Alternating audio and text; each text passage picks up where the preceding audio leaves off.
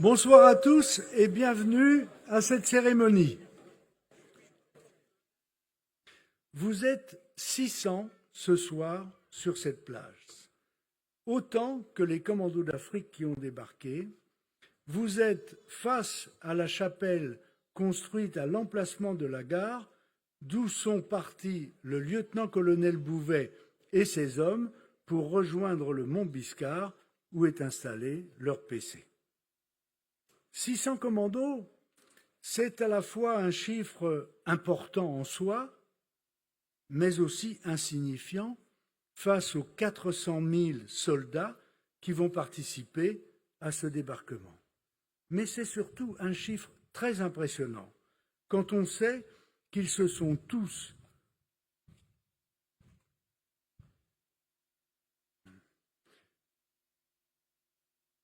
Mais c'est surtout impressionnant quand on sait qu'ils se sont tous comportés comme des héros. Nous avons souhaité cette année, à l'occasion du 80e anniversaire, donner une résonance particulière aux exploits des commandos d'Afrique et à la réussite de l'opération Dragoon qui a permis, en ouvrant un nouveau front, d'accélérer l'avancée des Américains en Normandie et de libérer le tiers du territoire français. Sans ce débarquement, la guerre aurait été plus longue et plus meurtrière. Toute l'opération a débuté au Canadel et au Cap-Nègre à 0h30 le 15 août au matin. L'escalade du Cap-Nègre, durant laquelle l'adjudant-chef Texier a trouvé la mort, premier tué du débarquement, a permis de neutraliser les batteries allemandes et ainsi de permettre aux 600 commandos de fouler le sable de notre plage, commençant ainsi une grande épopée qui se finira près du lac de Constance. Plus de 400 commandos laisseront leur vie tout au long des batailles qui jalonneront leur parcours. Après des combats semblants au Cap-Nègre et au Rayol, qui se terminaient souvent en corps à corps, les 700 soldats allemands et supplétifs arméniens présents ici étaient tous tués ou prisonniers, et à 10h le matin, le Rayol-Canadel était le premier village côtier de Provence à être libéré. Après mon intervention, nous vous raconterons toute l'histoire de ces commandos, puis nous nous rendrons sur la plage où des fusiliers marins simuleront le début du débarquement. Je tiens à remercier très chaleureusement la Marine nationale qui, en positionnant dans notre baie le Dixmude, un des plus beaux fleurons de la flotte française, ainsi que la frégate La Provence, a souhaité ainsi rendre hommage aux commandos. Avant de commencer la cérémonie elle-même, je vais égrener rapidement les principales étapes de la guerre avant le débarquement pour le resituer dans son contexte. Pour cela, nous avons réalisé, grâce au travail de Jean-Patrick André, un chemin mémoriel exposé au Rayol et au Canadel, dans lequel vous trouverez les documents historiques et cartes détaillant tout le conflit. En 1938, l'Europe est un continent en proie à des tensions croissantes, observant avec inquiétude la montée en puissance du régime nazi. L'Allemagne, dirigée par Adolf Hitler, commence alors une série d'actions hégémoniques qui vont plonger le monde dans le conflit le plus dévastateur de son histoire, 60 millions de morts et 30 millions de personnes déportées. Le 12 mars 1938, l'Allemagne annexe l'Autriche lors de l'Anschluss, sans rencontrer de résistance significative. Quelques mois plus tard, en septembre, les accords de Munich permettent à Hitler de s'emparer des Sudètes, une région clé de la Tchécoslovaquie. Le 1er septembre 1939, l'invasion de la Pologne par l'Allemagne marque le début officiel de la Seconde Guerre mondiale. Le 3 septembre, l'Angleterre et la France déclarent la guerre à l'Allemagne. En quelques semaines, la Pologne est partagée entre l'Allemagne et l'Union soviétique, conformément aux termes du pacte germano-soviétique. En avril 1940, la Wehrmacht lance des offensives éclairs contre le Danemark et la Norvège. sécurisant ainsi des positions stratégiques en Europe du Nord. Puis, en mai 1940, les armées allemandes envahissent la Belgique, les Pays-Bas et le Luxembourg avant de se diriger vers la France. Utilisant la tactique de la Blitzkrieg, elles contournent la ligne Maginot et atteignent rapidement Paris. Et la Wehrmacht défile sous l'Arc de Triomphe. La chute de la France le 14 juin 1940 laisse toute l'Europe de l'Ouest, à l'exception de l'Angleterre, sous la domination nazie. Le 17 juin, le maréchal Pétain s'adresse aux Allemands pour demander l'arrêt des combats et propose un armistice. Le 18 juin, le général de Gaulle, chef de la France libre, lance depuis Londres son appel à la résistance. Le 25 juin, la France est coupée en deux par la ligne de démarcation séparant la zone occupée et la zone libre sous administration de Vichy. En 1941, l'Allemagne continue son expansion, envahissant les Balkans et la Grèce pour soutenir ses alliés italiens. Cependant, c'est l'opération Barbarossa, lancée en juin 1941 contre l'Union soviétique, qui va changer toute la donne. Après des succès initiaux, les forces allemandes sont stoppées par l'hiver russe et la résistance acharnée de l'armée rouge. Le 7 décembre 1941, par l'attaque surprise de la base américaine de Pearl Harbor, le Japon entre à son tour en guerre aux côtés de l'Allemagne et de l'Italie, formant ainsi l'Axe, le fameux Axe. Le 8 décembre, les États-Unis entrent à leur tour directement dans la Seconde Guerre mondiale en déclarant la guerre au Japon. 3 jours plus tard, l'Allemagne et l'Italie déclarent la guerre aux États-Unis. Les années 1942 et 1943 marquent le tournant de la guerre et le début du recul allemand. La défaite de Stalingrad en février 1943 est un coup sévère pour les ambitions d'Hitler. Préalablement, les Alliés prennent l'initiative le 8 novembre 1942 d'un débarquement en Afrique du Nord, l'opération Torche, battant les forces de l'Axe en Tunisie et ouvrant la voie à la libération de l'Italie. Ce débarquement permet au général Giraud, avec l'appui des Américains, de faire renaître l'armée d'Afrique, base de reconstruction de l'armée française. L'Afrique du Nord devient ainsi la base logistique et militaire qui permet le débarquement de Provence. C'est ainsi qu'est créée l'armée B sous le commandement du général Delatte de Tassigny, qui, à la tête de 250 000 militaires français, va jouer un rôle essentiel à côté des Américains pour libérer la France. Au sein de cette armée, les commandos d'Afrique, sous le commandement du lieutenant-colonel Bouvet à la tête de ces hommes, forment un groupe de choc pour ouvrir les routes aux Alliés. Après le débarquement d'Afrique du Nord, les forces de l'Axe envahissent la zone libre. La Provence, tout d'abord sous contrôle italien, passe sous contrôle allemand en septembre 1943. Mais déjà le 6 juin 1944, le débarquement de Normandie ouvre un nouveau front en Europe de l'Ouest, marquant le début de la fin du Troisième Reich. Parmi les Alliés, la 2e DB, sous l'autorité du général Leclerc de Hautecloque, avec ses 14 000 hommes, débarque en Normandie le 1er août 1944 et se dirige vers Paris. Puis, le 15 août 1944, en Provence, les forces alliées lancent l'opération Dragoon et débarquent, contribuant de manière décisive à la libération du sud de la France. Ces actions coordonnées, appuyées par les résistants locaux, permettent de prendre en tenaille les forces nazies. Après une conquête éclair, permettant de libérer Toulon et Marseille dès le 28 août, les Alliés remontent sur Lyon et le 12 septembre, les troupes du général Delattre et du général Leclerc font leur jonction en Côte d'Or et ainsi l'étau se referme sur les troupes allemandes. Les 2/3 de la France sont alors libérés et les Alliés se dirigent vers l'Allemagne. En 1945, après l'opération du Rhin et la bataille de Berlin, on assiste à l'effondrement de la Wehrmacht. Le 30 avril, Hitler se suicide dans son bunker. Le 7 mai et le 8 mai est signée la capitulation sans condition du Troisième Reich. l'Allemagne est vaincue, la guerre est finie. Aujourd'hui, nous honorons la mémoire de tous ceux qui ont combattu pour notre liberté. Nous nous souvenons des sacrifices consentis et des vies perdues pour que nous puissions vivre en paix.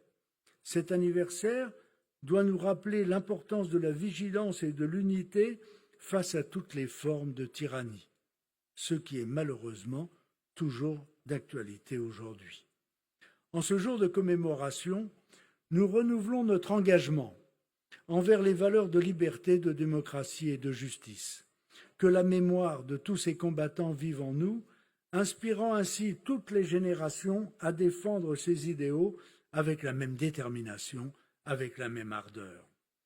Je vous remercie pour votre attention et je laisse la place maintenant à l'histoire de ces commandos, groupes de choc, ouvriers de la première heure, qui ont vécu au Canadel leur nuit la plus longue, et que nos applaudissements leur témoignent de notre respect, de notre admiration et de notre immense gratitude.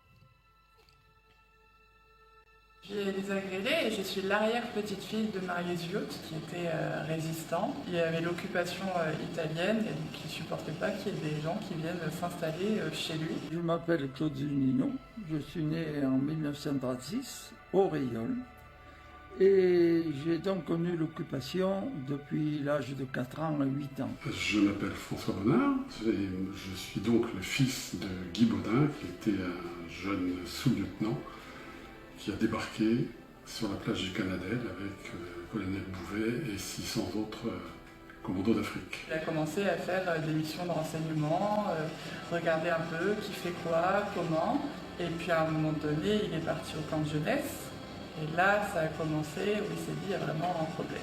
Dès la sortie du train, il s'est pris des coups, et puis là, en fait, il devait travailler, c'était du travail forcé, il travaillait dans les carrières. On n'avait pas de contact avec les Allemands.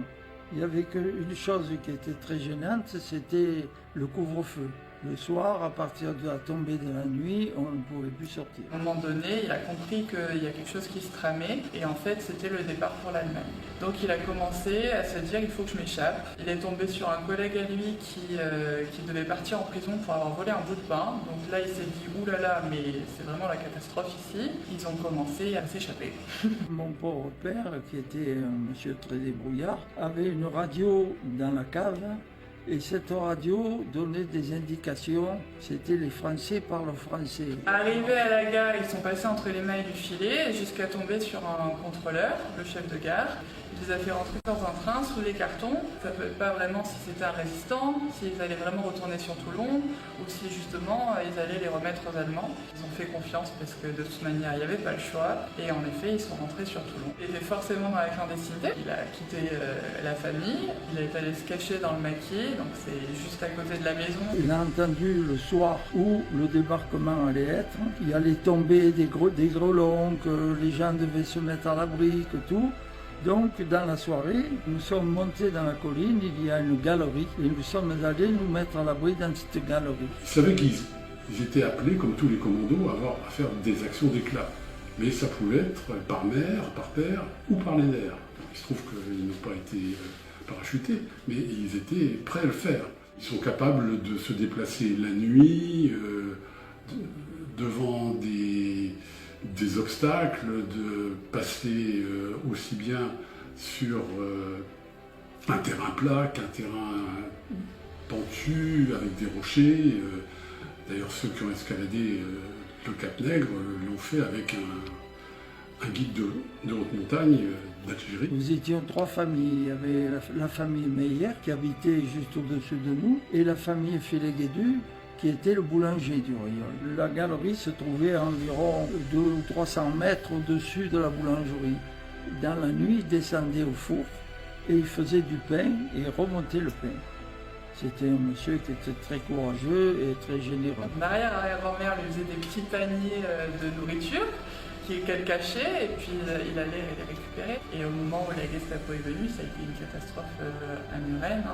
Jules Viot, donc le père de Marius, était en train de manger. Et là, la Gestapo arrive, défonce la porte et lui dit mais où est votre fils? Et je fais partie d'une famille de résistants, donc on a dit si vous me tuez, vous ne le saurez pas non plus. Et moi, je ne le sais pas, donc qu'est-ce qu'on fait? Et il s'est passé quelque chose. Et la Gestapo a retiré son fusil et Jules Viot est resté vivant. On a entendu tout le bruit du débarquement, les bombardements, tout ça. Mais lorsqu'on est sorti de la galerie, c'était calme. C'était occupé par les soldats américains, les Français et bien d'autres. Ordre de mission était de s'emparer de la plage du Rieul et ils ont débarqué sur la plage du Canadel, plage qu'ils n'avaient pas reconnue, ils ne savaient absolument pas ce qui allait se passer là. Ils ont même eu une frayeur assez importante parce que qu'en débarquant sur la plage, ils ont vu écrit des écriteaux écrits Achtung Minen, sauf que c'était des leurres et la plage n'avait pas été minée. La petite histoire, je ne sais pas si elle est vraie, dit que les Allemands n'avaient pas voulu la miner pour pouvoir aller se baigner tranquillement. Les commandos ont débarqué sur les plages du Rieul, Cavalère et ailleurs, mais ils ont tout de suite été guidés par les maquisards, par ceux qui connaissaient, pour aller vers les villes plus importantes. Ce qu'il a raconté et qu'il m'a dit plusieurs fois, c'est qu'ils ont eu la sensation de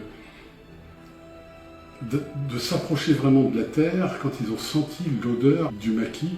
Mon père, qui était un Parisien, revoyait la France qu'il n'avait pas vue depuis 3 ans, mais tous les autres qui étaient avec lui étaient ceux qui étaient natifs d'Algérie, arrivés là sans avoir jamais, la plupart n'avaient jamais mis les pieds dans la métropole. On ne circulait pas comme on circule aujourd'hui d'un continent à l'autre, des traversées de mer en traversée de mer.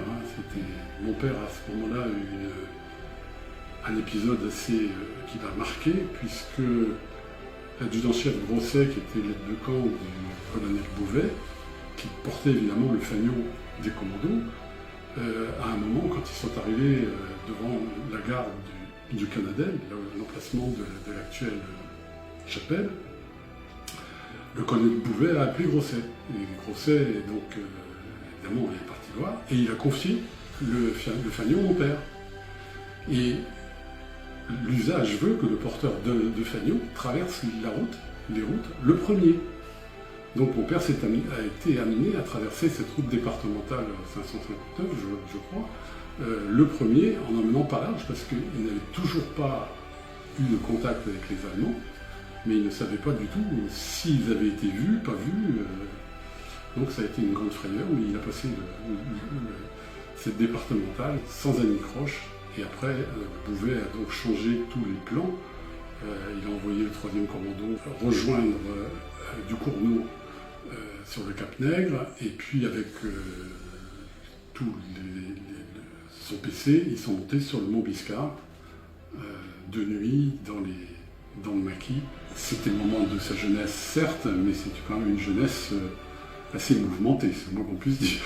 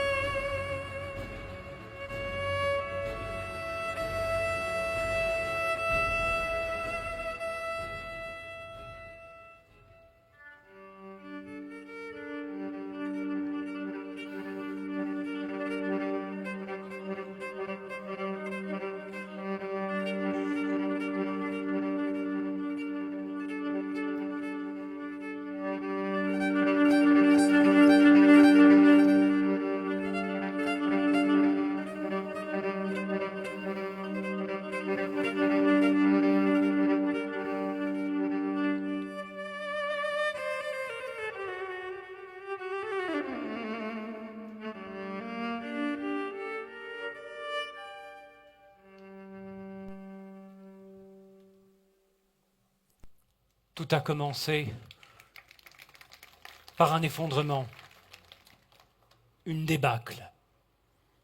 En quelques semaines, entre mai et juin 40, la France, victorieuse de la guerre de 14-18, a été défaite. Le pays est occupé. Le régime parlementaire se renie et l'impensable acceptation de la défaite prend forme avec la capitulation et le régime de Vichy. Au cours des 5 années de guerre, il a fallu faire des choix difficiles. La voie de l'honneur était un chemin étroit et peu fréquenté.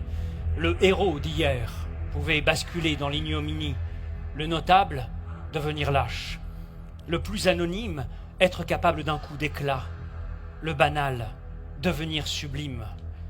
Si la France libre est née à Londres dans un studio de radio par la voix d'un homme seul, le général de Gaulle au micro de la BBC, sa libération a été permise par l'engagement et le courage d'hommes issus de tous horizons et unis par leur sens du devoir et du sacrifice.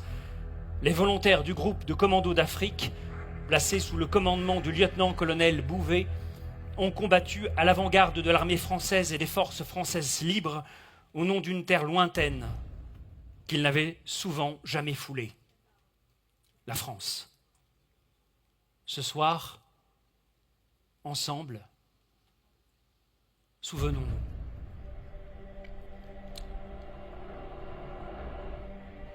« 8 novembre 1942. L'Afrique du Nord est sous la domination du régime de Vichy. Entre partisans du régime de Vichy et partisans des Alliés, c'est l'affrontement et le chaos. La prise d'Alger se fait en un jour grâce à un putsch mené par la résistance française, alors que dans le même temps, à Oran et au Maroc, les généraux du régime de Vichy accueillent les Alliés à coups de canon. Mais l'armée d'Afrique, sous le commandement du général Giraud, se rallie aux Alliés. À leur côté, la France libre est en guerre. Et le 13 mai, l'Afrique du Nord est définitivement conquise. Le corps franc d'Afrique s'est battu avec ardeur. Dissous le 9 juillet 1943, au sortir de la campagne de Tunisie, ces volontaires sont confrontés à un choix. Rejoindre les Français libres ou former une unité de commando de la taille d'un bataillon qui serait rattachée à la 3e division d'infanterie algérienne du général de Montsabert. Ils choisissent Montsabert, ils choisissent l'armée d'Afrique, ils choisissent le combat.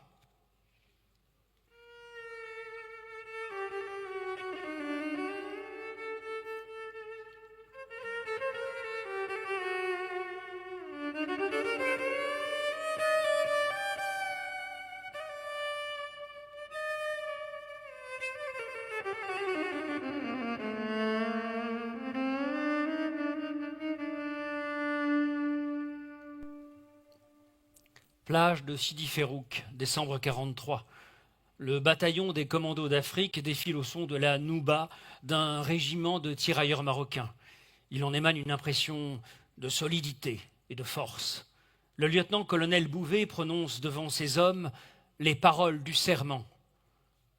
Ne jamais faiblir, offrir à la patrie en holocauste leur amour, leur honneur, leur vie, leur famille, briser en soi-même la peur et la fatigue, combattre 1 contre 10 si nécessaire.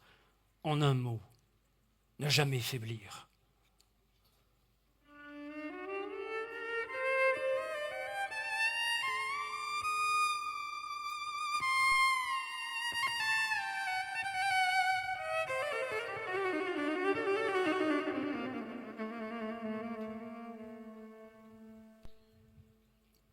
Les commandos d'Afrique, quelle troupe bigarrée, quel mélange. Des anciens du corps franc d'Afrique, des volontaires des troupes d'Afrique du Nord et aussi des résistants, des tirailleurs indigènes, musulmans, marocains, algériens, des pieds noirs nombreux, des résistants évadés de France ou d'Espagne, impulsifs, téméraires, sportifs en diable, héroïques jusqu'à savoir mourir sans se plaindre. Leur jeunesse et leur tempérament, et plus encore, leur odyssée individuelle, les écartent des principes étroits et des conventions, d'une gaieté folle, capable de prendre tous les risques, d'un dévouement sans retenue et d'une charité proverbiale, des soldats avisés, instruits, disciplinés, preneurs de forteresses et enleveurs de postes, aguerris à des techniques de ruse, de souplesse et de brutalité intelligente qui, à chaque raid, leur garantissent le minimum de pertes et la victoire.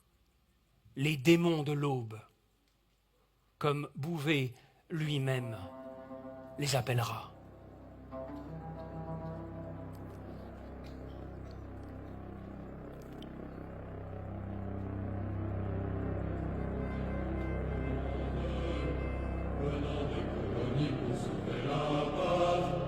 Nous avons tout quitté par pour bifouaille, et nous gardons au cœur une invincible ardeur, car nous voulons porter haut et fier le beau drapeau de notre France entière. Et si quelqu'un venait à y toucher, nous serions là pour mourir à cette terre. Battez tambour à nos amours, battez tambour pour le pays, pour la patrie, mourir au loin. C'est nous les Africains. Septembre 43. Le groupe de commandos d'Afrique s'installe à Staouli, où il subit un entraînement intensif. Les jours se suivent et avec eux, l'entraînement au combat terrestre, aux explosifs de toute catégorie dont on use avec une insouciance qui frise l'imprudence, l'entraînement au parachutage, au close combat, au parcours d'assaut. Grâce à des exercices à tir réel qui se succèdent à un rythme soutenu, les hommes qui n'ont pas vu le feu ne le redouteront pas le moment venu, briser en soi-même la peur et la fatigue. Peu à peu, l'entraînement à la mer prend une intensité croissante. De jour comme de nuit, ils apprennent la nage à la pagaie, le passage de la lame, la lutte contre le mal de mer. Ils apprennent l'accostage du rocher et l'escalade de la falaise. De 2000 volontaires au départ, il n'en reste en août 44 qu'un peu plus de 1000, dont 600 débarqueront au Canadel. Ils forment 5 commandos, 3 de choc, 1 d'accompagnement et 1 de commandement. Puis vient déjà le temps des premières opérations. Dans la nuit du 18 au 19 mars 44, après avoir rejoint la Corse en janvier, les 700 hommes du commandant Bouvet mènent un raid réussi sur l'îlot de Pianosa.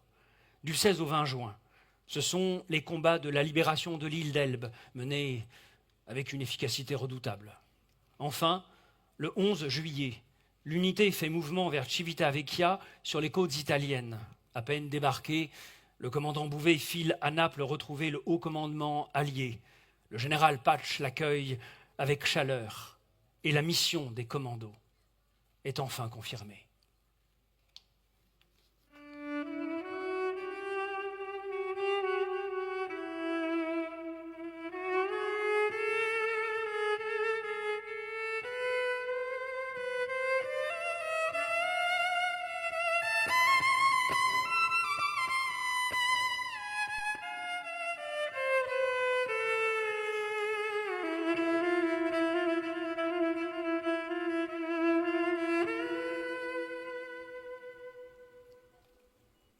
« 11 novembre 42. La zone libre au sud de la France est envahie par les troupes italiennes et allemandes. Le Rayol Canadel est alors un quartier de la commune de La Mole. L'occupation italienne y est relativement tolérable et ne déclenche que peu de rébellions de la part de la résistance locale. Le 3 septembre 43, Victor Emmanuel III signe secrètement l'armistice de Cassibile et en octobre, les troupes italiennes se retirent progressivement. Mais les Allemands ont anticipé leur défection et dès l'été 43, ils ont commencé à s'installer en Provence.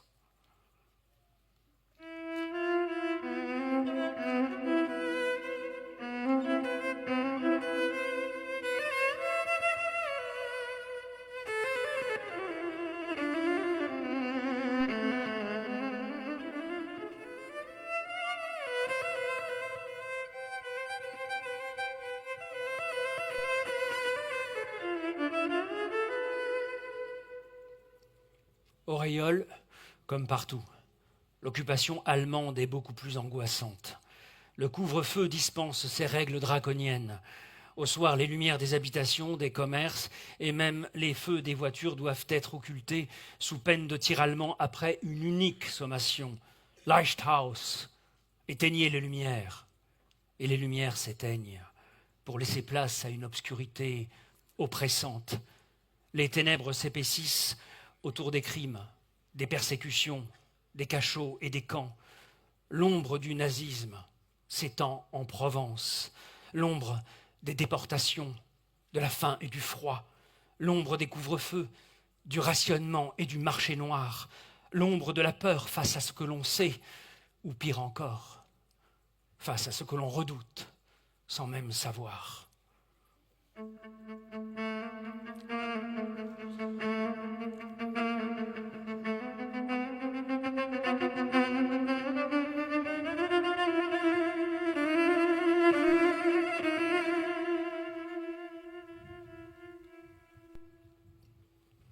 Un bataillon d'infanterie allemand prend ses quartiers du Cap-Nègre au domaine du Rayol, 700 hommes. Le cantonnement principal est installé sur le Cap-Nègre. Une double galerie en U est creusée dans la roche sur la face nord qui borde la voie de chemin de fer. 2 casemates bétonnées, armées de canons sont construites, l'une côté ouest, l'autre côté est. Des positions de DCA et d'artillerie viennent renforcer la défense allemande. Des habitants sont évacués sans ménagement pour loger les troupes nazies et plusieurs villas sont occupées.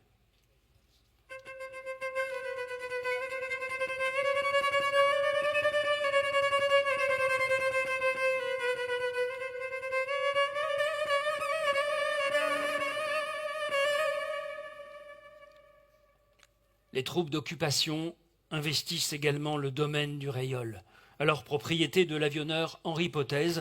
Sous la direction d'Abel Chirac, père de Jacques Chirac, le domaine accueille les équipes d'ingénieurs et de dessinateurs, d'employés et de techniciens d'Henri Potez. Ils doivent dès lors composer avec l'occupation ennemie. S'appropriant l'édifice de la plage du Figuier, les troupes allemandes creusent un réseau de boyaux et installent des mitrailleuses sur tous les points stratégiques. Encadrés par des sous-officiers allemands, des supplétifs arméniens complètent ce bataillon. Rapidement, la résistance locale sonde les Arméniens. Approchés par Michel Goy et Étienne Gola, tous deux membres de l'équipe de Henri Potez et futur maire du Rayol. Les supplétifs arméniens fournissent alors une information d'importance qui sera communiquée aux Alliés le moment venu. En cas de débarquement, les Arméniens n'ont pas l'intention de tirer.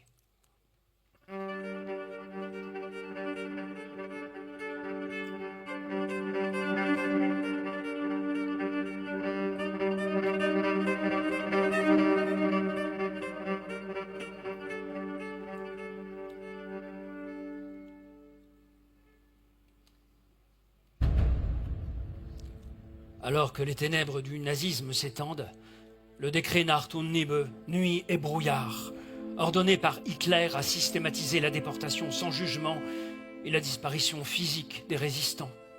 Les résistants, combattants de la liberté, côtoient l'ombre à chaque instant, l'ombre du secret et du silence, l'ombre des parachutages et de la clandestinité, l'ombre des disparus.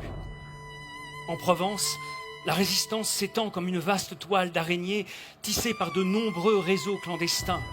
Le but ultime est de chasser les Allemands hors de France. Et la tâche immédiate, harceler les garnisons de la Wehrmacht. Attentats, sabotages, assassinats des agents allemands, espionnage et renseignements.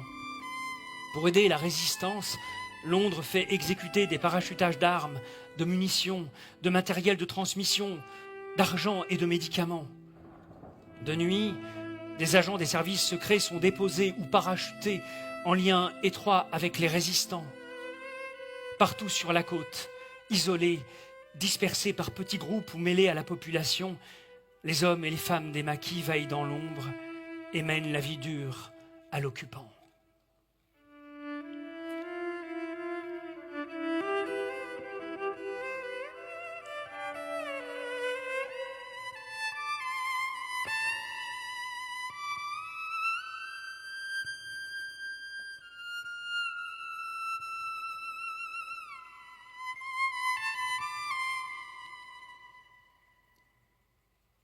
Début 42, Installé dans la maison Cisampo, au Canadel, l'amiral Trollé de Prévost, limogé et mis en disponibilité du fait de ses sympathies gaullistes, s'engage comme informateur dans le réseau de renseignement franco-polonais F2, où, sous le pseudonyme de Vox, il fournit aux Alliés des informations considérées comme cruciales. Au village, les règles drastiques imposées par l'occupation allemande suscitent chez certains habitants des désirs d'action clandestine. Des contacts avec la résistance s'établissent, notamment avec les responsables des FTP, les francs-tireurs et partisans de la Brigade des Morts, dont la mission de renseignement concerne, entre autres, l'emplacement des défenses allemandes.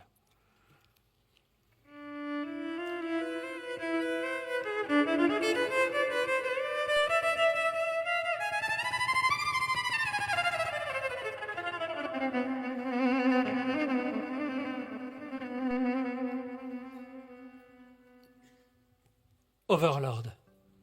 6 juin 1944. Overlord. Les Alliés débarquent en Normandie. Une partie des troupes nazies est rappelée vers ce nouveau front. En Provence, les Allemands sont inquiets et fébriles. Ils renforcent leur position côtière avec le peu dont ils disposent. Le 12 août, 3 jours avant le débarquement de Provence, le Cap Nègre et le Rayol Canadel sont les cibles des bombardiers alliés qui visent à mettre à mal l'arsenal et les défenses allemandes. Les positions au Cap Nègre sont partiellement détruites. Plusieurs maisons et le garage de la famille Octel tombent sous les bombes, causant le décès d'habitants.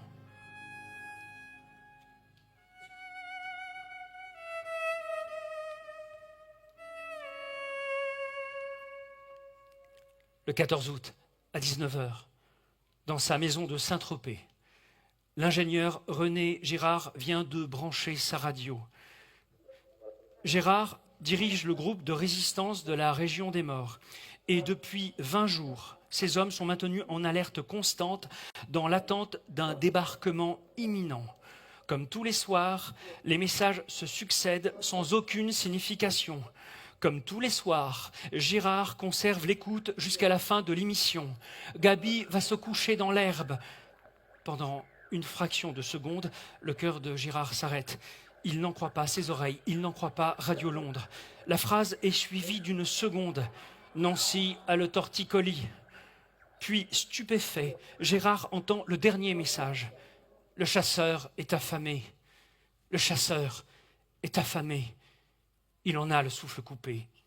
Les mots qu'il vient d'entendre l'annoncent sans l'ombre d'une hésitation. Le débarquement est pour demain.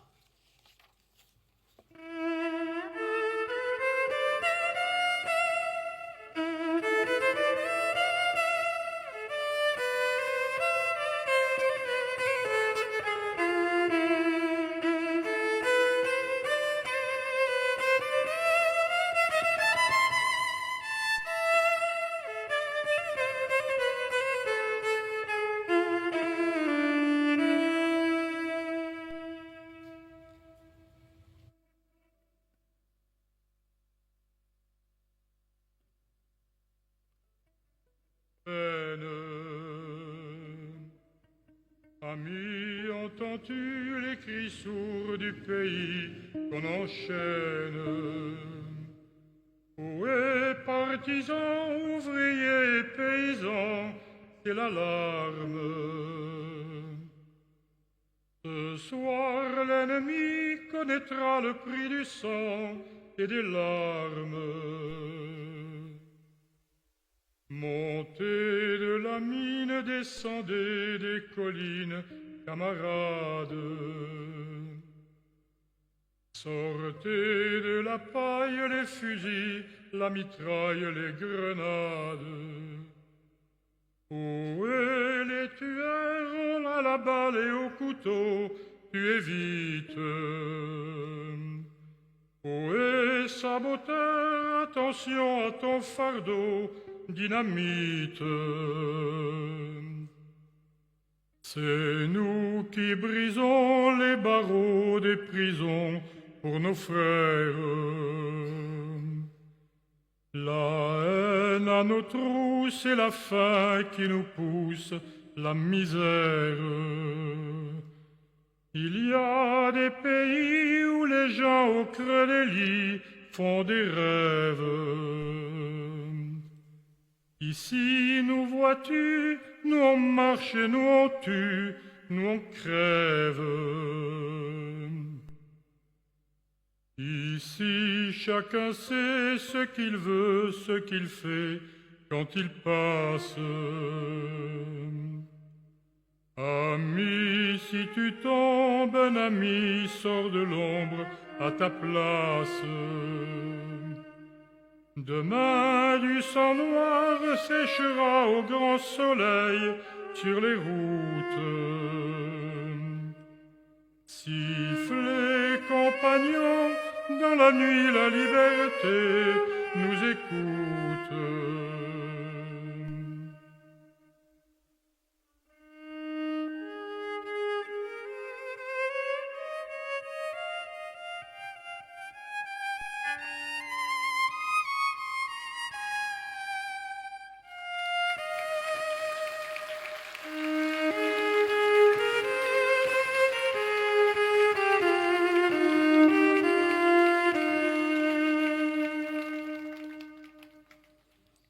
Novembre 43.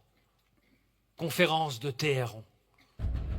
Staline approuve le plan américain de débarquement en Provence baptisé Anvil, qui devrait venir soulager le front soviétique. Mais Churchill s'y oppose. Il préfère donner la priorité aux opérations engagées en Italie et attaquer directement le Reich par le sud, par l'Italie et les Balkans. C'est le président Roosevelt qui tranche en faveur de la solution américaine et début août 1944, Winston Churchill cède et rebaptise lui-même l'opération Anvil, en dragoon, qui signifie contraint. L'objectif d'Anvil Dragoon sera de venir en soutien à l'opération Overlord, protéger le flanc droit des armées débarquées dans la Manche, fixer les troupes ennemies et soulager le front de Normandie, libérer Toulon et Marseille, puis remonter par la vallée du Rhône et enfin opérer une jonction avec les armées débarquées en Normandie pour faire route, ensemble, vers l'Allemagne. Le jour J est fixé au 15 août 1944.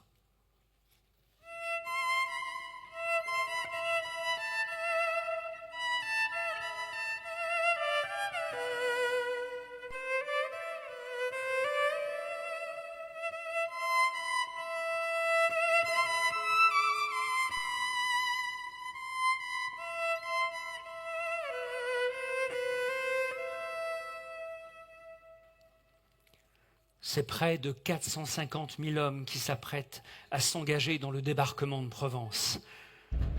Parmi eux, 250 000 Français de l'armée B du général Delattre de Tassigny, dont environ la moitié sont des tirailleurs sénégalais et algériens, des goumiers et des tabors marocains, des pieds noirs et des marsouins du Pacifique et des Antilles. C'est aussi près de 2000 bâtiments, dont 600 bateaux de transport, 1270 péniches, 250 navires de guerre appuyés par plus de 2000 avions. Du côté allemand, les 8 divisions de la 19e armée, commandées par le général Weiss, sont en état d'alerte depuis le début du mois d'août. Le général allemand sait qu'un débarquement va avoir lieu quelque part à l'est de Toulon.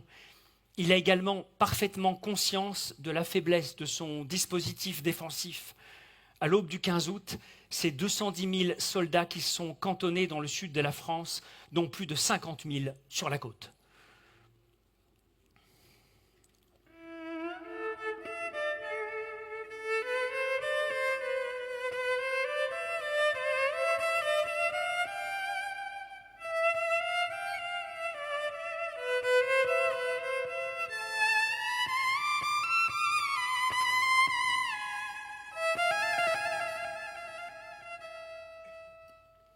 Le 12 août au soir, les 3 bâtiments portant le groupe de commandos d'Afrique quittent l'Italie et atterrissent le 13 sur la plage déserte de Propriano. Le secteur du Rieul Canadel et de Pramousquier est confié à la Romeo Force, qui est le groupe de commandos d'Afrique commandé par le lieutenant-colonel Bouvet. Bouvet informe enfin ses hommes qu'ils sont réunis pour le débarquement en France. Moment d'intenses émotions, rapidement remplacées par l'excitation du combat tout proche. Le départ aura lieu le 14 août à 10 h pour une opération lancée le 15 à 0h00. Une importante flotte maritime s'est mise en branle. Des navires venus d'Oran, Naples ou Tarente. En son sein, le prince David transporte à son bord le capitaine Norris, le lieutenant-colonel Bouvet et 268 hommes. Le princesse Béatrix conduit 245 hommes et le prince Albert 320.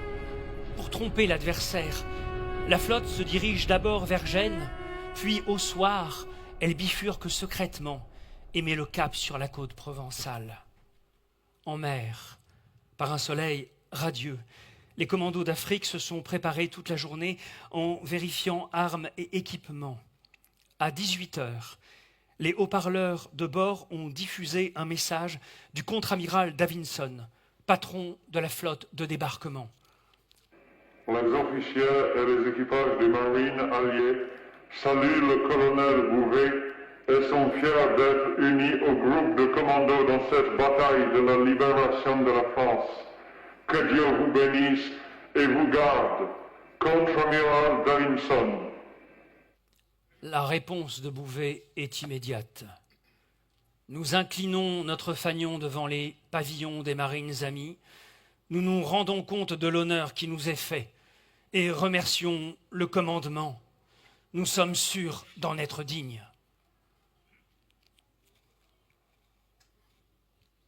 La victoire en chantant nous ouvre la barrière, la liberté guide nos pas, et du nord au midi, la trompette guerrière a sonné l'heure des combats.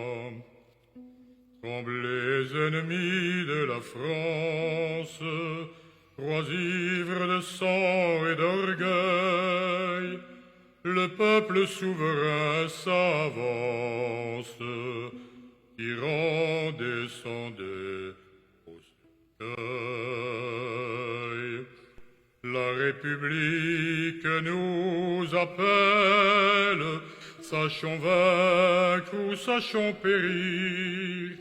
Un Français doit vivre pour elle, un Français doit mourir. Un Français doit vivre pour elle,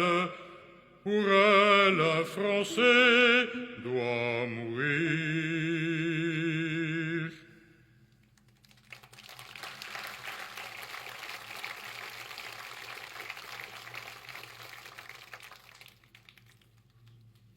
Le 14 août, à 22 h, le convoi stoppe à 11 milles de la baie du Canadel. La mer est d'huile, la nuit est noire. Empoignant les mailles des filets de débarquement, les commandos d'Afrique descendent dans les embarcations d'assaut. Lourdement chargés, ils prennent pied dans les LCA, les fameux bateaux de débarquement britanniques. 12 mètres de long, 3 mètres de large, silhouette basse et moteur peu bruyant, avec un faible tirant d'eau pour s'approcher plus facilement des plages. À bord du Prince David, Bouvet, montre en main, regarde ses gars partir vers leur destin et celui de la France. Comme convenu, il descendra 1 heure plus tard, accompagné de 600 hommes. Rapidement, 3 embarcations se détachent de la flottille des LCA. La première était un surfboat en caoutchouc, équipé d'un moteur électrique où se trouvent le commandant Rigaud et un enseigne de vaisseau américain. Leur mission, débarquer les premiers sur la plage du Réole à H-30 pour reconnaître l'endroit et guider les détachements suivants par signaux lumineux. Puis, 2 autres embarcations, 2 rubberboats au boudin caractéristique, guidées à la pagaie, emportent vers la côte les 9 commandos de l'adjudant-chef Texier et les hommes de son inséparable ami, le sergent-chef du Belloc. Les 2 sous-officiers se sont disputés jusqu'au départ pour savoir qui débarquerait dans la partie droite de la plage du Réole, réputée la plus dangereuse. Finalement, c'est une pièce jetée en l'air qui les a départagés. Texier a gagné. Ignorant qu'il serait le premier mort du débarquement, Texier vogue avec ses hommes vers sa mission. Ils devront se rendre maîtres des blocos et des batteries qui défendent la plage avant l'arrivée du gros des commandos. Pendant ce même temps, debout à la proue de son LCA, le capitaine Ducorneau répète mentalement les instructions. Débarquer avec ses 60 hommes, escalader le Cap Nègre, neutraliser les 3 batteries de 155, établir un bouchon anti-char, puis rejoindre le mont Biscard où, entre-temps, le PC aura été établi. Cet objectif, il le connaît par cœur. Quant à ces hommes, répartis en 2 groupes, ils ont répété sans fin les manœuvres de l'escalade et du combat. Le premier groupe est commandé par Ducorneau lui-même, le second par son adjoint, le lieutenant Jeannereau. Près du marin canadien qui dirige leur bateau, Ducorneau scrute la nuit claire, mais sans lune. Derrière le LCA de Ducorneau, celui commandé par Jeannereau. Jeannereau, appuyé sur le plat-bord, scrute également intensément la mer. Tout à coup, devant lui, une masse noire avance, tel un gigantesque éperon rocheux, le Cap Nègre. Mais le LCA tire beaucoup trop à l'ouest et ne se dirige pas en direction du Cap. Jeannereau souffle au pilote britannique. Le Cap Nègre est là, sur la droite. Il faut piquer sur lui. L'Anglais fait un geste d'impuissance. Il a l'ordre formel de suivre le premier LCA à présent invisible dans le noir et poursuit en aveugle son trajet dans la nuit. Ce que le lieutenant Jeannereau ignore, c'est qu'à la même seconde, Ducorneau, naviguant devant lui, s'est également aperçu de l'erreur de navigation et a immédiatement ordonné à l'officier de la Navy de virer sur tribord. À cet instant, dans les ténèbres, une fusée monte lentement avant de retomber, illuminant le paysage comme en plein jour. Sur la face est du Cap Nègre, les hommes de Texier, plaqués contre les rochers, attendent dans l'obscurité. Ils serrent les dents. C'est leur troupe qui a déchaîné les fusées allemandes. Ils ont escaladé le roc, tombant à pic dans la mer.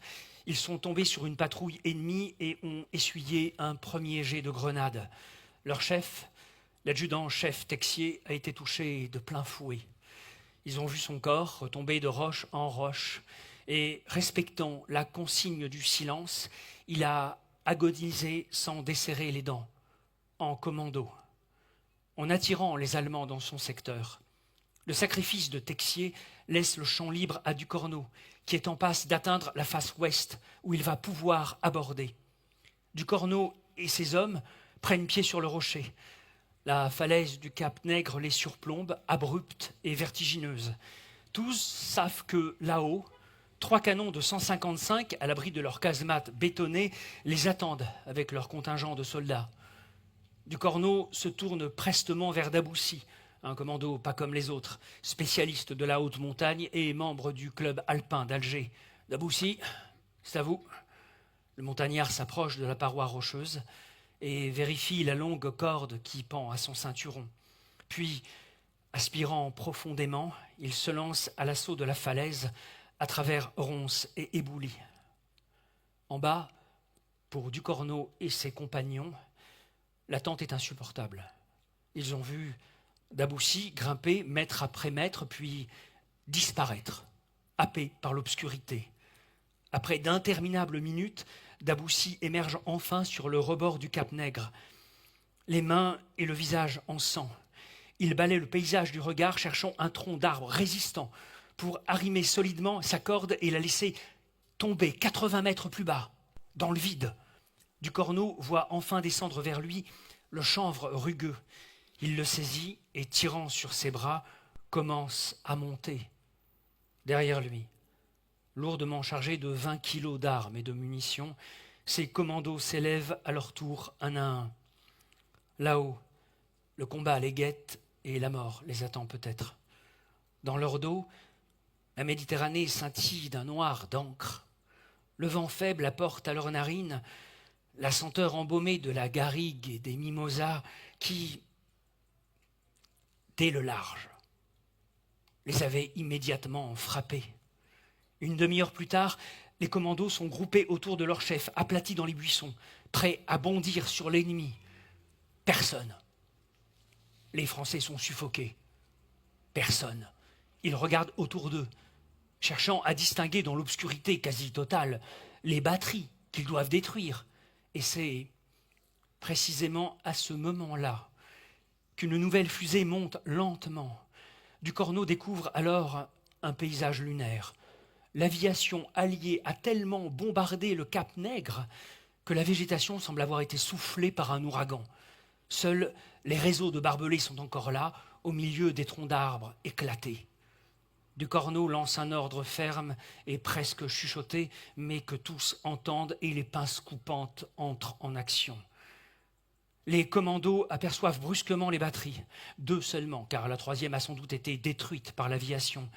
Ducorneau sourit dans l'ombre, comme à chaque fois qu'il sent l'approche immédiate du combat. Et c'est l'assaut. Les 35 hommes bondissent en hurlant, Thompson à la hanche et tirant en courant. Les fusils lance-grenades envoient leurs projectiles vers les ouvertures des blocos. En face, les Allemands hurlent sous la violence de l'attaque et leurs cris se mêlent aux rafales de leurs fusils mitrailleurs.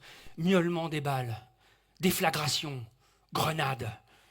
Les commandos d'Afrique, en vidant leurs chargeurs, parviennent au premier canon. Il ne s'agit pas d'un 155, mais d'un 76-2 russe, remplacé à la hâte par les Allemands suite au bombardement des Alliés. Daboussi et Nardeux attaquent le premier canon au lance-grenades.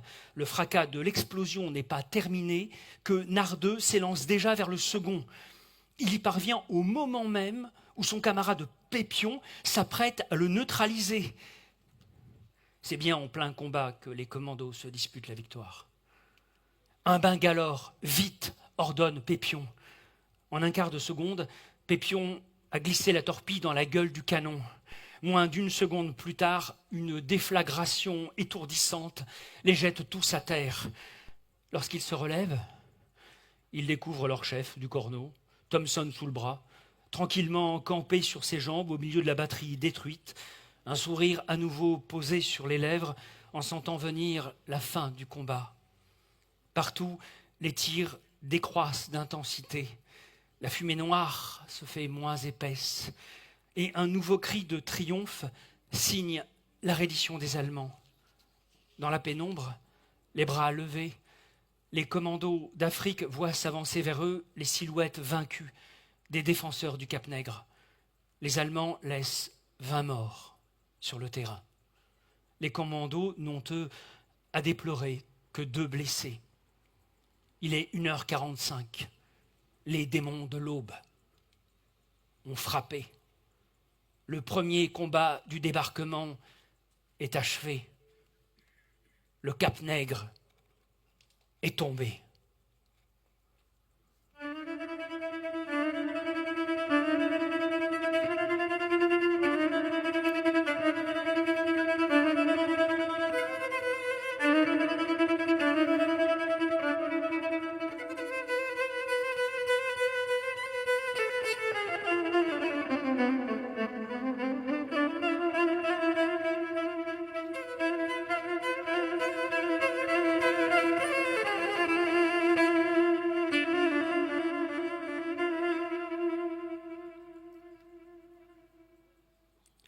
En même temps que se joue la prise du Cap Nègre, dans les 22 bateaux de débarquement, le gros des commandos d'Afrique, sous les ordres du lieutenant-colonel Bouvet et de son adjoint, le colonel Ruissen, s'est approché de la côte, à la hauteur de la plage du Canadel.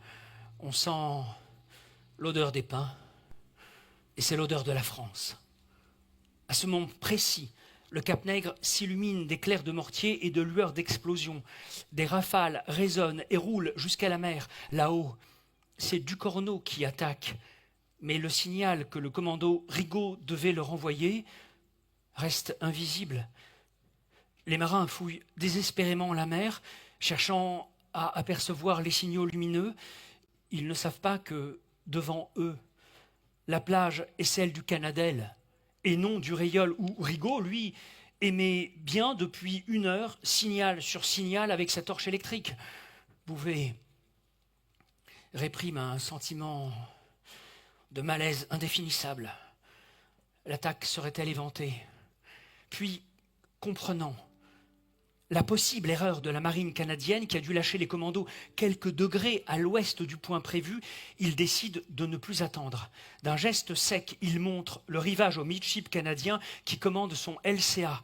Le marin hésite, mais Bouvet, exaspéré, sort son Colt et menace le matelot. Les 22 LCA virent à gauche comme un seul homme et mettent le cap sur la plage. Le silence est impressionnant. 1h35. Les abattants métalliques s'abaissent dans un bruit de ferraille assourdissant, libérant les 600 commandos d'Afrique qui progressent rapidement sur le rivage.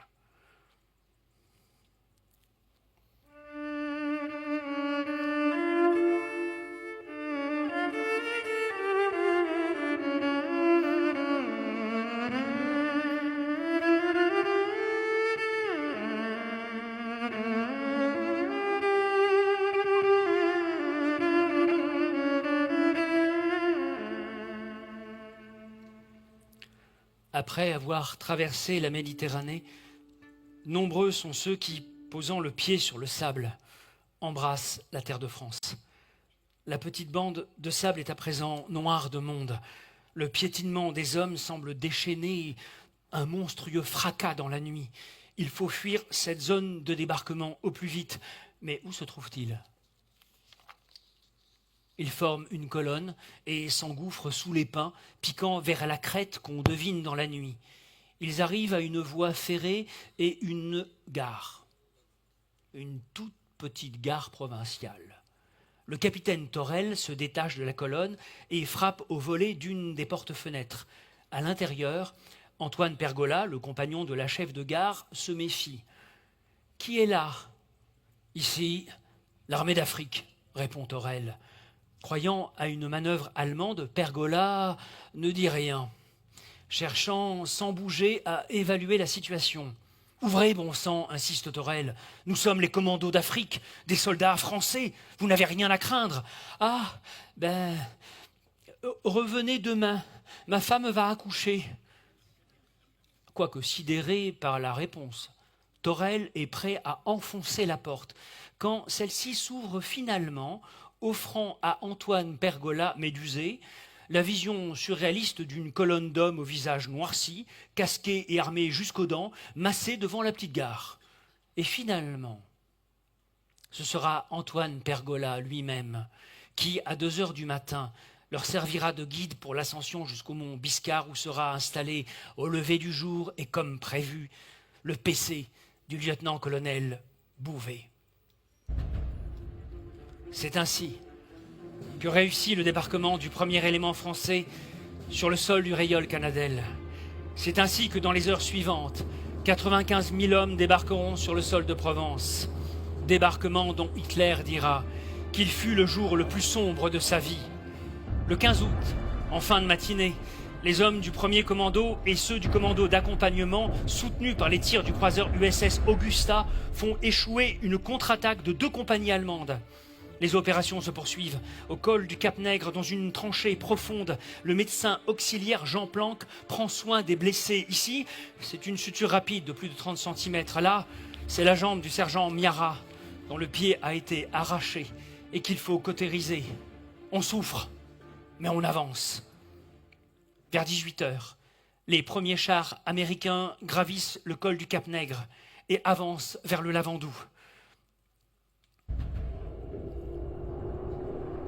Au Rayol, le 16 août au matin, le général O'Daniel, commandant de la 3e division d'infanterie américaine, félicite le lieutenant-colonel Bouvet et lui demande de conquérir le littoral jusqu'au Cap Bénat avec l'appui du 718e bataillon de Chars-US. Pendant 40 heures, les commandos transportent sur leur dos mortiers, munitions et appareils de transmission. Ils progressent le long de la chaîne des morts sous une chaleur accablante et les tirs d'artillerie adverses. Mais ils progressent. En fin d'après-midi, ils montent à l'attaque de la batterie de la Fossette où le capitaine Torel tombe, mortellement blessé, aux côtés de son ordonnance marocaine. Leurs 2 tombes, symétriques et semblables, y rappellent l'union du sang français et du sang marocain versé pour la liberté. Pour les commandos d'Afrique, l'épopée entamée en Algérie se poursuit en terre de France. Le 17 août, le Lavandou est libéré, suivi du Cap Bénat. Le 18 août a lieu la prise de la batterie de Mauvanne, suivie le 21 de celle du fort du Coudon. Les jours suivants, c'est au tour du bataillon de choc du colonel Gambier d'enlever le Faron. Les 22 et 23 août, les combats progressent pour gagner Toulon. Marsouins, Algériens, Sénégalais et Français libres rivalisent de courage. Et le 24, c'est l'entrée victorieuse dans Toulon libéré. Enfin, du 20 au 28 août, se livre la bataille de Marseille, qui s'achève par la libération de la cité phocéenne, un mois avant la date prévue par le commandement allié. Le 28 août, le général Delattre de Tassigny envoie un télégramme au général de Gaulle. Aujourd'hui, J+13. Dans le secteur de mon armée, il ne reste plus un Allemand autre que mort ou captif. La Provence est libérée. Après un mois passé à Marseille, où il contribue à rétablir l'ordre, le groupe des commandos d'Afrique poursuit sa progression vers les Vosges, le Rhin et l'Allemagne, où, en dépit de lourdes pertes, il se distingue par sa bravoure et sa ténacité.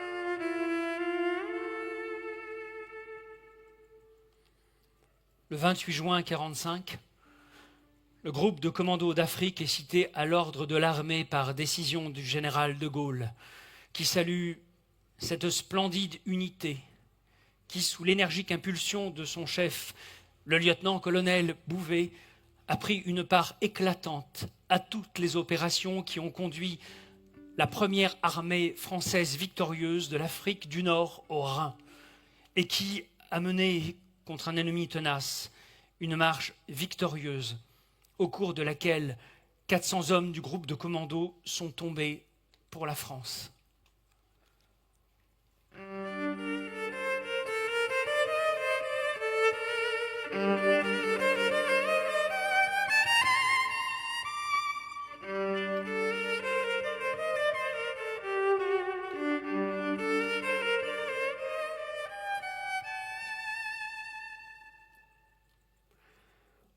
C'est ce souvenir que rappelle à une centaine de mètres à peine d'une petite nécropole, pieusement entretenue par sa population reconnaissante, une stèle élevée dans la zone de débarquement du Canadel et qui porte cette seule inscription.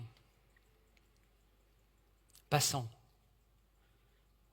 Souviens-toi des volontaires du groupe de commandos d'Afrique, débarqués les premiers le 14 août 1944 à minuit, et dont les corps jalonnent sur cette côte de Provence, le chemin de la libération du territoire. Ce soir, ensemble, nous nous souvenons.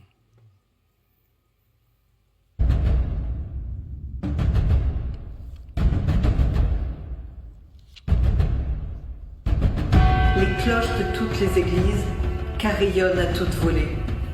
Le cœur des Français, délivré, bat la chamade. Les habitants sortent les drapeaux tricolores des placards et des greniers.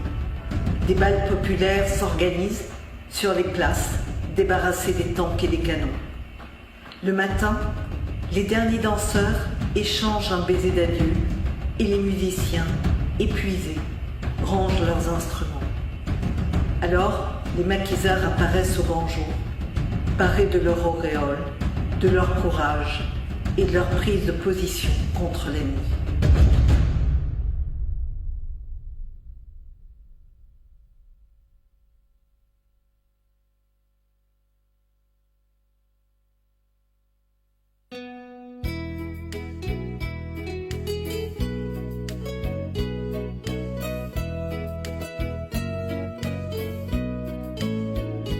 Quand nous chanterons le temps des cerises et Guerre au Signal et Merle Moquette,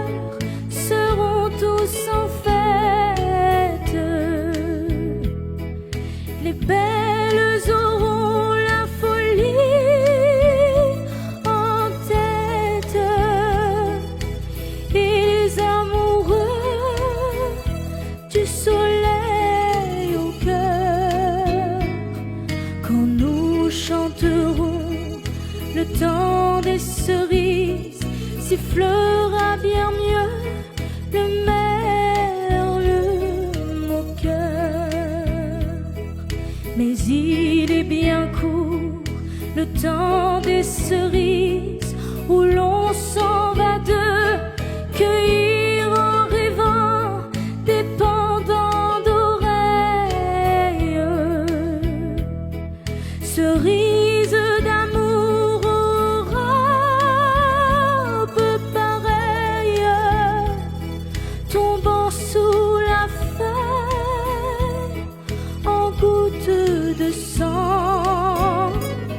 Mais il est bien court le temps des cerises, pendant de corail qu'on cueille en rêvant.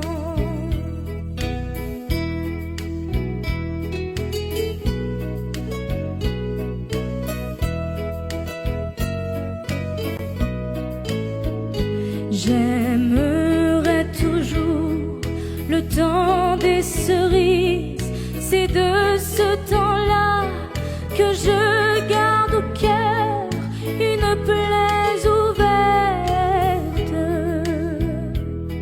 Et dame fortune en m'étant offerte ne saura jamais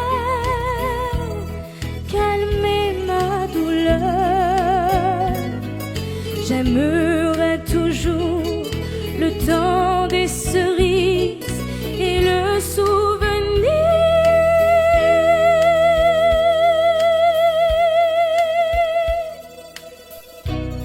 que je garde au cœur.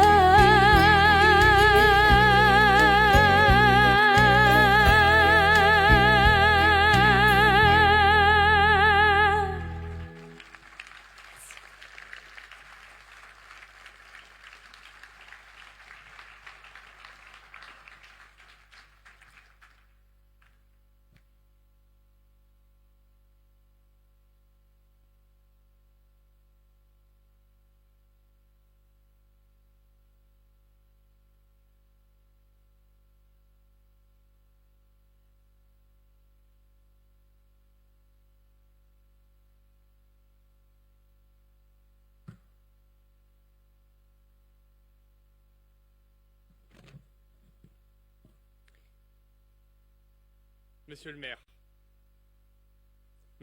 Madame la ministre, Mesdames et Messieurs les élus, Mesdames et Messieurs, je vous remercie, cher Jean Plénat, et vous toutes et tous ici présents, pour votre accueil si chaleureux.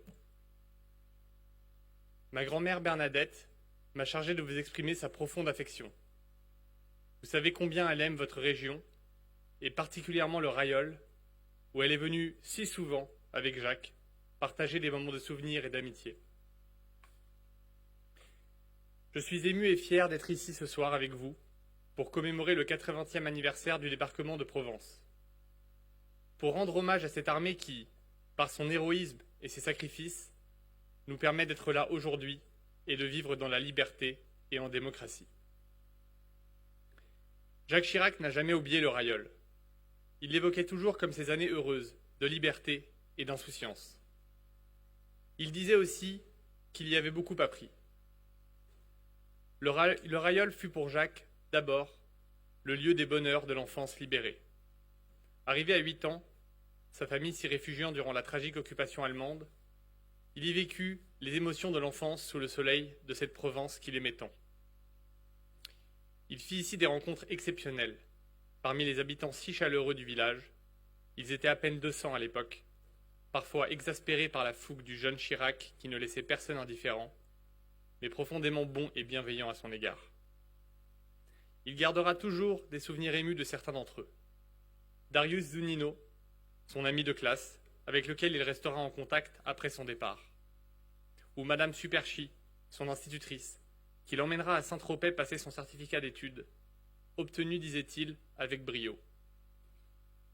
C'est également à l'église du Rayol qu'il célébrera sa communion solennelle et qu'il développera un certain goût pour la gastronomie française et la cuisine du terroir. Il y aurait tant à dire sur cet univers de plaisir, de joie et de complicité, où se chargea sans doute son goût de la vie. Probablement rien que vous ne sachiez déjà.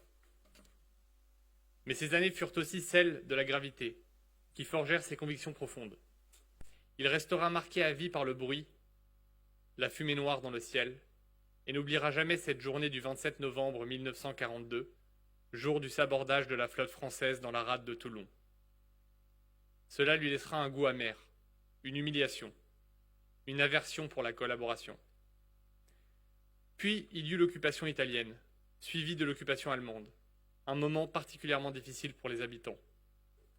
La résistance est un état d'esprit et une exigence. Jacques et Darius iront ainsi couper les fils des téléphones allemands en cachette. Et arriva le 14 août 1944, date du débarquement au Canadel. Jacques s'émerveilla de voir ainsi la flotte alliée débarquer sur les plages.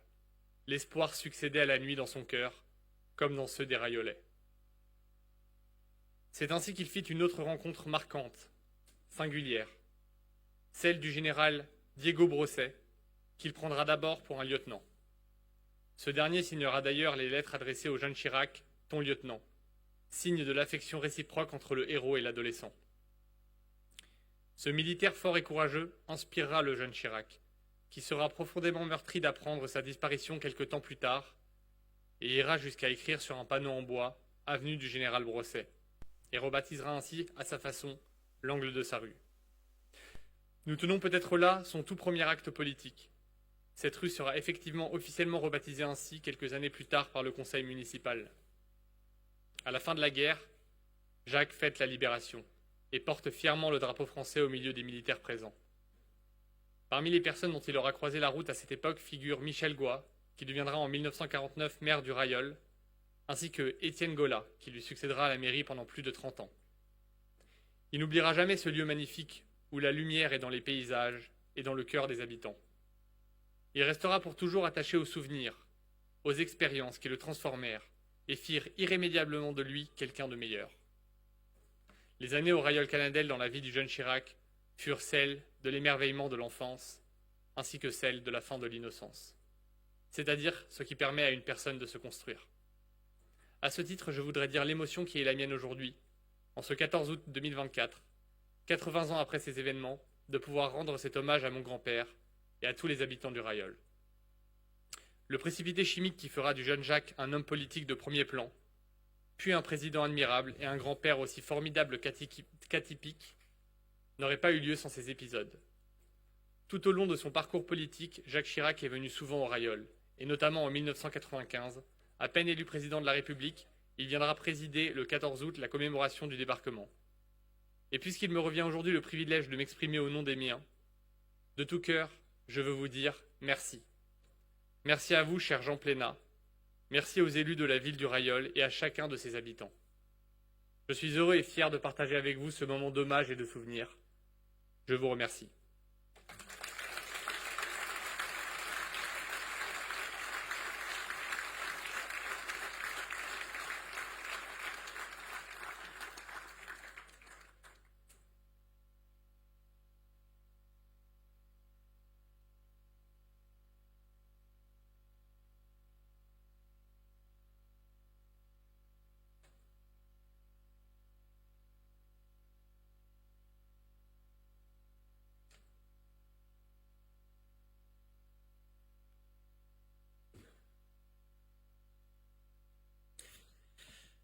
Nous sommes devant la chapelle, pas par hasard, et c'est le curé qui doit parler.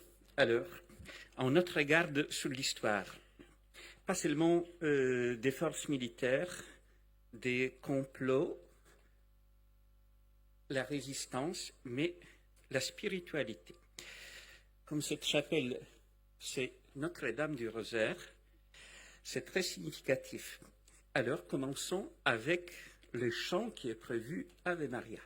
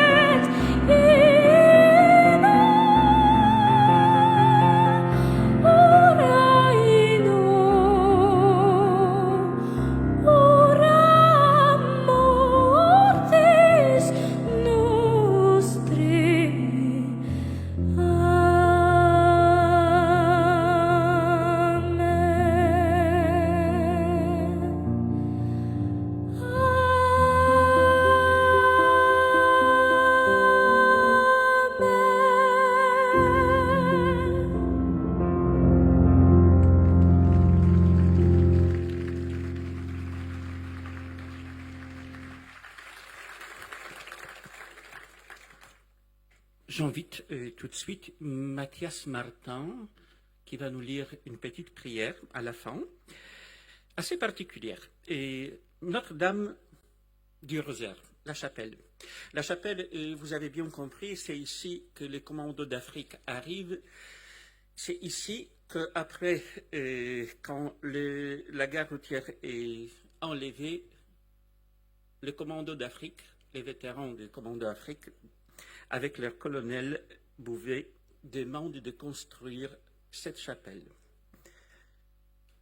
Pourquoi Notre-Dame du Rosaire? Je ne sais pas. Je n'ai pas trouvé dans l'archive. Mais la date est significative. Moi, je pense que vous la connaissez très bien. Non, non, non. 7 octobre 1571. La bataille des... Merci. Alors, c'est à ce moment que la fête Notre-Dame du Rosaire est donnée à l'Église entière, en reconnaissance à la Vierge Marie pour la victoire qui a sauvé l'Europe. Sans entrer dans les détails, vous avez 12 septembre 1683. Alors, la capitale de l'Empire autrichien est libérée par les rois polonais. Il a écrit « Venimus, vidimus, Deus vincit ». Nous sommes venus, nous avons vu, Dieu a gagné. Le 15 août 1920, la bataille de Varsovie, appelée le miracle de la Vistule. Toutes ces dates, et après le 15 août 1944, ici, et les commandos d'Afrique. Le 28 août 1944, le général Montsabert a reçu du général Schaeffer l'acte de capitulation à Marseille. Dès le lendemain, Montsabert, très religieux, fera donner une messe à Notre-Dame de la Garde et saluera la Vierge. C'est elle qui a tout fait. Un des commandos d'Afrique, malheureusement décédé il y a 2 ans, Pierre Welch. L'entretien avec le journaliste du Pèlerin en 2019. Le journaliste pose la question « Vous êtes croyant, votre foi vous a-t-elle aidé à tenir ?» Et Pierre Welch répond « Lors des moments difficiles, je priais la Sainte Vierge. Je ne suis pas pratiquant, mais depuis cette nuit du 15 août 1944, je n'ai pas manqué une seule messe de l'Assomption. Je suis persuadé que la Sainte Vierge nous a protégés. La preuve, nous avons débarqué sur la plage plutôt tranquille des Canadelles, alors que celle du Rayol, qui était la destination initiale, était minée. Pourquoi la Vierge et les combats? Certains sont scandalisés. Comment on peut demander la protection du Seigneur? Les Lumières s'est moqué du christianisme en disant « Vous voyez des armes des chrétiens, tous les deux font donner les messes et prier. Dieu va écouter qui ?»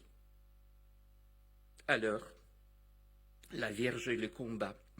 La première page de la Bible, le péché originel, le mal par excellence. La fratricide viendra juste après, mais ici, le péché original, le mal de désobéissance, d'égoïsme, d'égocentrisme. Et la réponse du Seigneur. Il s'adresse au serpent, à l'auteur du mal.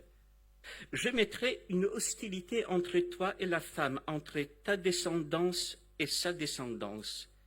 Celle-ci te meurtrira la tête et toi tu lui meurtriras le talon. » Pendant 80 ans de la paix en Europe, ici dans cette partie de l'Europe, nous avons oublié que la guerre fondamentale et permanente, c'est la guerre contre le mal. Nous avons pensé naïvement que si l'armée ne tire plus sous la frontière franco-allemande, c'est la paix. Non. La guerre contre le mal est permanente. Et c'est ça qui a permis aux soldats croire que la Vierge est de leur côté, voir le miracle là où les forces humaines étaient bien limitées, comme à Varsovie en 1920, comme à Lépante, comme à Vienne aussi. Toujours en position de faiblesse, mais avec la certitude que nous sommes du côté du bien, de la volonté de Dieu. Alors, ce combat est aussi la nôtre. Ne pensons pas que ce souvenir doit servir seulement à bien fêter et avoir l'esprit bien content que nous avons bien fêté nos ancêtres. On est reconnaissant. Mais si nous ne voulons pas prendre la suite de ces combats contre le mal, alors cette fête ne sert pas à grand-chose. Et Saint Paul, juste avant la prière, l'Épître aux Éphésiens, car nous ne luttons pas contre des êtres de sang et de chair, mais contre les dominations, dominateurs de ce monde des ténèbres, les principautés, les souverainetés, les esprits du mal qui sont dans les régions célestes. Pour cela, prenez l'équipement de combat donné par Dieu. Ainsi vous pourrez résister quand viendra le jour du malheur, et tout mettre en œuvre pour tenir bon. Oui, tenez bon, ayant autour des rangs les ceinturons de la vérité, portant la cuirasse de la justice, les pieds chaussés de l'ardeur à annoncer l'évangile de la paix. Et je termine, pour ne pas prolonger, et je demande Mathias à lire la prière. Voici la prière que le pape Benoît XVI avait récitée en 2009 au Mont Cassin, haut lieu monastique où les Alliés et les Allemands s'étaient livrés de féroces combats durant la Seconde Guerre mondiale. Ô Dieu notre Père, source inépuisable de vie et de paix, accueille dans tes bras miséricordieux les soldats morts durant la guerre qui, ici, a fait rage, les soldats morts de chaque guerre qui a ensanglanté la terre.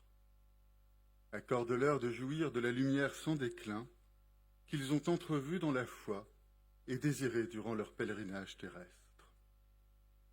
Toi, qui en Jésus-Christ ton Fils, as offert à l'humanité sanglante le plus haut témoignage de ton amour, et qui à travers sa croix a racheté le monde de la domination du péché et de la mort, donne à tous ceux qui souffrent encore à cause de guerres fratricides, la force de l'espérance invincible, le courage d'action quotidienne de paix, une confiance laborieuse dans la civilisation de l'amour. Répands ton Esprit Saint Paraclet sur les hommes d'aujourd'hui, afin qu'ils comprennent que la paix est plus précieuse que tout trésor corruptible, et qu'ils travaillent tous ensemble infatigablement pour préparer aux nouvelles générations un monde où règne la justice et la paix. Père bon et miséricordieux, fais de nous, tes enfants dans le Christ, des constructeurs persévérants de la paix et des serviteurs infatigables de la vie, dons inestimables de ton amour. Amen. Et juste avant le chant joyeux d'Alléluia, qui va terminer cette partie religieuse, je vous invite à vous lever et prions ensemble avec ces mots que nous connaissons. Notre Père, qui es aux cieux, que ton nom soit sanctifié, que ton règne vienne, que ta volonté soit faite sur la terre comme au ciel. Donne-nous aujourd'hui notre pain de ce jour. Pardonne-nous nos offenses, comme nous pardonnons aussi à ceux qui nous ont offensés. Et ne nous laisse pas entrer en tentation, mais délivre-nous du mal. Je vous salue Marie, pleine de grâce. Le Seigneur est avec vous. Vous êtes bénie entre toutes les femmes, et Jésus, le fruit de vos entrailles, est béni. Sainte Marie, Mère de Dieu, priez pour nous pauvres pécheurs, maintenant et à l'heure de notre mort. Amen.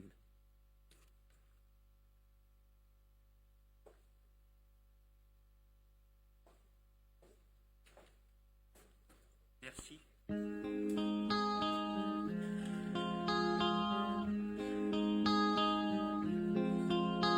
I heard there was a secret chord that David played and it pleased the Lord, but you don't really care for music, do ya? And it goes like this: the fourth, the fifth, the minor fall and the major lift, the baffled king composing hallelujah.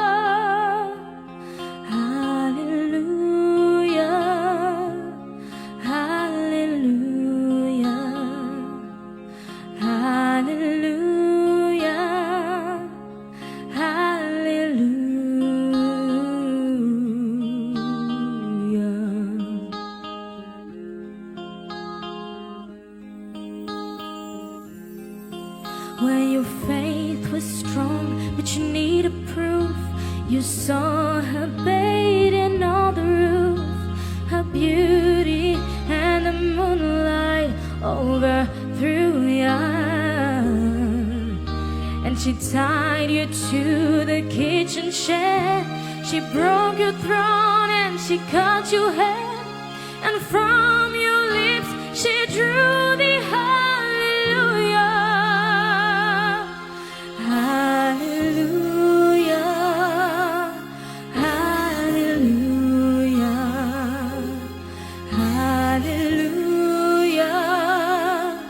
hallelujah,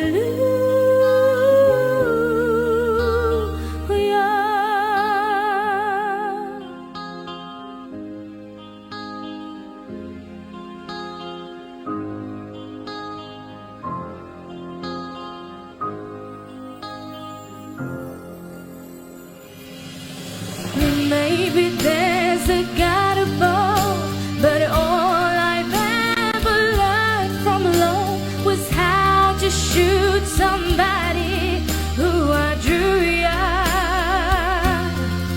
And it's not a cry that you hear at night, it's not somebody you see the light, it's a chord and it's a broken hallelujah.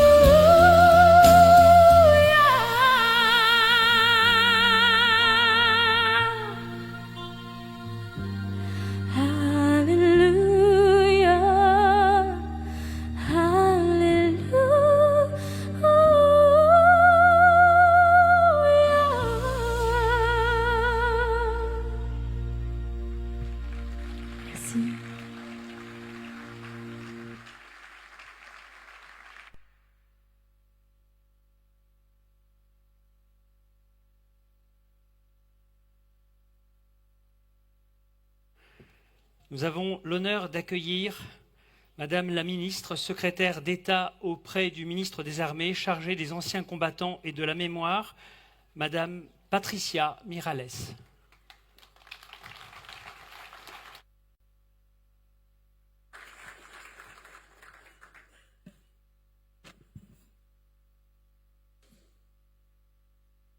Monsieur le sous-préfet, monsieur le préfet du Var, je voudrais excuser Madame la sous-préfète de Draguignan qui a été un peu retenue par la pluie et quelques inondations. Monsieur le député, messieurs les sénateurs, monsieur l'ambassadeur, président de la mission de la Libération, cher Philippe Étienne, monsieur le maire de Rayol-Canadel-sur-Mer, cher ami, monsieur le représentant du président du conseil départemental, mesdames et messieurs les élus, madame la directrice générale de l'ONAC-VG, monsieur le directeur de la DMCA, mesdames et messieurs les officiers des forces armées françaises et étrangères, monsieur le délégué militaire départemental, colonel, Monsieur le directeur général de la mission de la libération générale, Monsieur le préfet honoraire chargé de la mission du 80e anniversaire, Monsieur le préfet, chers anciens combattants, chers porte-drapeaux, chers amis des commandos d'Afrique, je suis ému, même très ému, d'être avec vous ce soir. D'abord, parce que les commémorations des 80 ans des débarquements et de la libération battent leur plein, et pas seulement. Je suis ému d'être avec vous ce soir, car ce qui se passe en ce moment au Rayol Canadelle-sur-Mer est l'illustration de ce que je souhaitais pour ce grand cycle commémoratif. Si nous sommes ici réunis, c'est parce que nous souhaitons, ensemble, saisir l'esprit des 80 ans, saisir cet état d'esprit qui était celui de la France il y a 80 ans. Ce sentiment fait de joie et de souffrance mêlées, la fin de l'occupation, des privations et des exécutions. La joie de celles et de ceux qui, passé l'incertitude des premiers combats, comprirent que les libérateurs avaient définitivement pris pied et que les armées françaises et alliées avaient ouvert un nouveau front. L'inquiétude de celles et de ceux qui étaient sans nouvelles d'un proche déporté dans un camp, détenu dans une prison ou engagé dans les combats de la libération. La peine de celles et de ceux dont un proche avait été victime de l'implacable répression de l'occupant ou du régime collaborationniste. Et ils furent nombreux dans la région à la veille du débarquement. C'étaient les absents du jour de la libération, mais dont la confiance absolue dans ce qui allait advenir en avait permis la réalisation. Vous entretenez le souvenir de ces combattants qui ont marqué et qui ont débarqué de nuit sur ces plages devenues depuis lors un symbole, le symbole de la liberté. Ces commandos de choc de l'armée d'Afrique, dont le geste fait écho aux hommes du commandant Kieffer, débarqués le 6 juin en Normandie, et qui, comme eux, étaient impatients de prendre leur part à la libération de la patrie. Ils avaient été chargés de tenir les flancs de la zone du débarquement. À l'est, la force Rossi, et ici à l'ouest, la force Roméo, commandée par le lieutenant-colonel Georges-Régis Bouvet. Il y a eu le débarquement de Normandie et il y a eu le débarquement de Provence. Il y a eu le 6 juin et il y a eu le 15 août. La reconquête de la France avait commencé par le nord, sur les côtes de la Manche, et elle s'en poursuivit par le sud, sur les côtes de la Méditerranée. C'est aux portes de vos maisons que s'est joué le deuxième acte de notre libération, que s'est levée la deuxième vague de la liberté. Les hommes de l'armée d'Afrique, la fameuse armée B du général de Lattre de Tassigny, qui deviendra ensuite la première armée suite à la fusion avec la deuxième DB, sont passés ici. Ils avaient embarqué en Corse ou en Algérie, en Italie ou à Malte, pour venir combattre sur le sable des plages Alpha, Delta ou Camel, sur le sol de la métropole qu'ils n'avaient pour la plupart jamais foulé. Je vais vous faire une confidence. Mon grand-père a fait partie de ces hommes qui, partis d'Algérie pour les batailles d'Italie, ont ensuite débarqué ici même.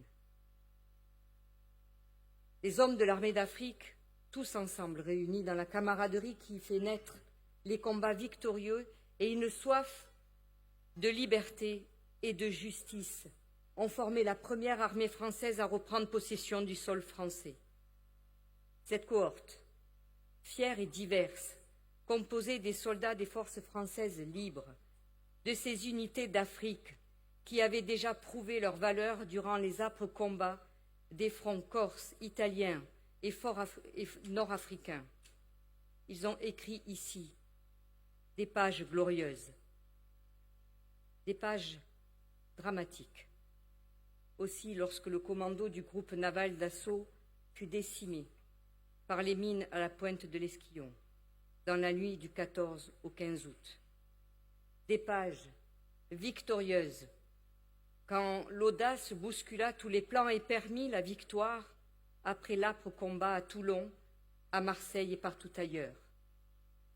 Mais aussi des pages fraternelles, puisqu'à côté de ces troupes venaient de l'autre côté de la Méditerranée se lever d'autres hommes et d'autres femmes. Car la torpeur de la nuit du 14 août 1944, certains savaient et frémissaient d'impatience.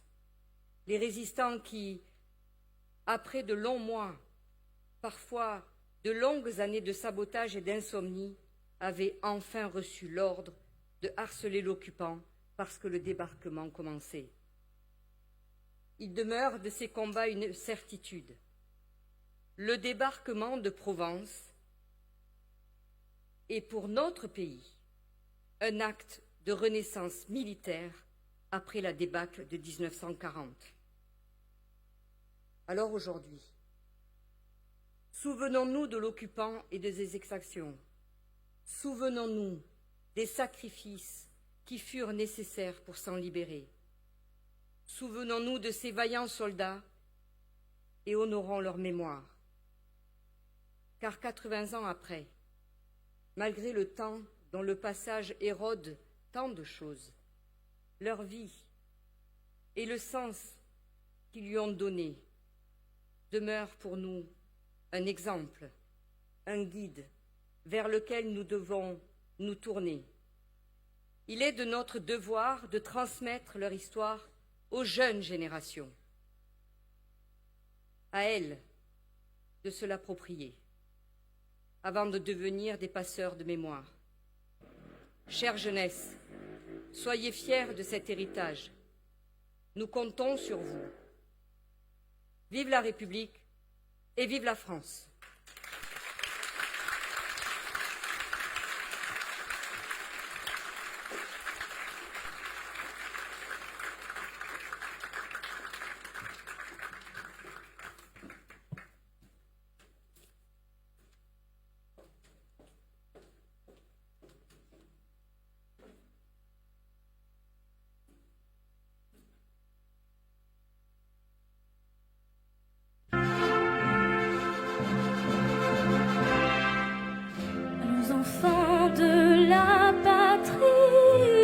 Le jour de gloire est arrivé, contre nous de la tyrannie, l'étendard sanglant élevé, l'étendard sanglant élevé. Entendez-vous dans nos campagnes mugir ces féroces soldats qui viennent jusque dans vos bras, égorger vos fils et vos compagnes.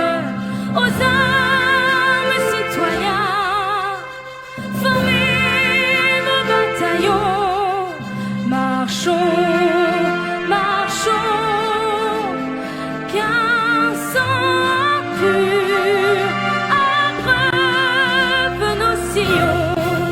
Amour sacré de la patrie conduit, soutient nos braves vengeurs. Liberté, liberté chérie, combat avec tes défenseurs, combats avec tes défenseurs, sous nos drapeaux que la victoire accourt à tes mâles accents, que tes ennemis expirants voient ton triompher notre gloire. Aux âmes citoyens,